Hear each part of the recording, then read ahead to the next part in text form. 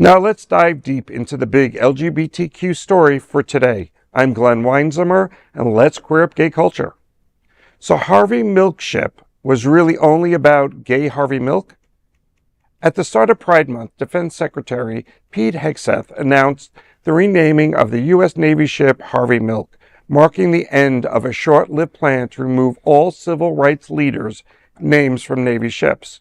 But as June closes, it's now clear only the gay rights pioneer, Harvey Milk's name, is being removed. Recently, Hegseth confirmed the ship will now be called the U.S. Navy ship Oscar V. Peterson, honoring a decorated World War II Navy hero. His Twitter post said, quote, "We are taking the politics out of ship naming," end quote.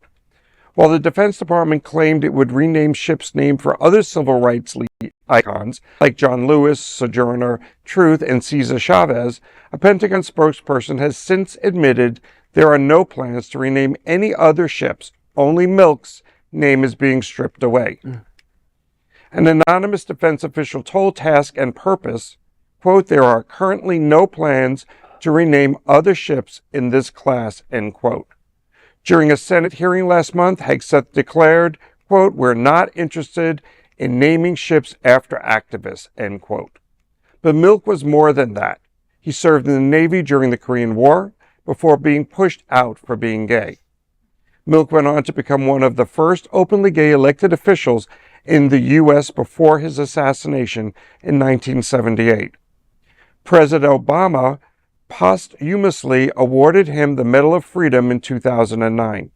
The group Vote Vets slammed the decision, saying, quote, "To erase his name now, during Pride Month, is no innocent, bureaucratic decision. It's part of Hegseth's broader campaign to purge the military of anyone who doesn't fit his narrow, outdated vision," end quote.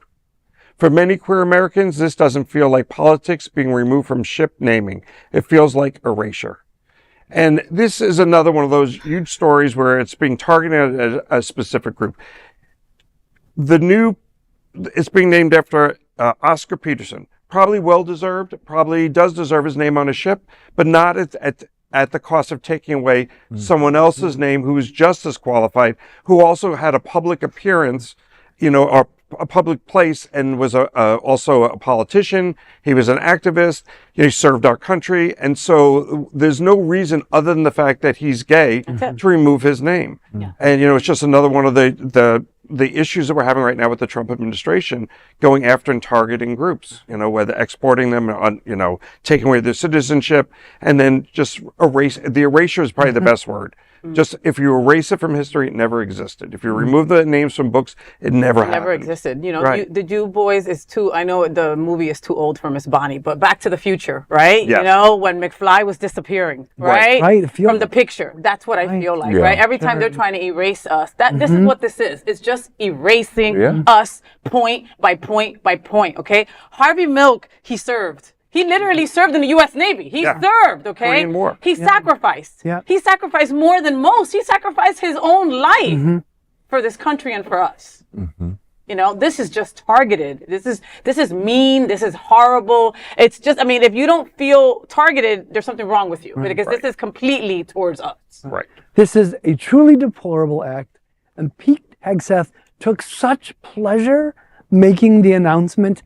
And by the way, the only thing that will likely ever be named for Hegseth is a glory hole in a Pentagon bathroom stall. Wow. Wow. I took pleasure in saying that. I bet you did. It sounded like it. I really want to use that stall though now. Just cause. Oh man. Well, that is the big LGBTQ story for today. There is no other queer nonprofit media platform like this in the entire world. Support our LGBTQ stories by subscribing and sharing Queer News Tonight.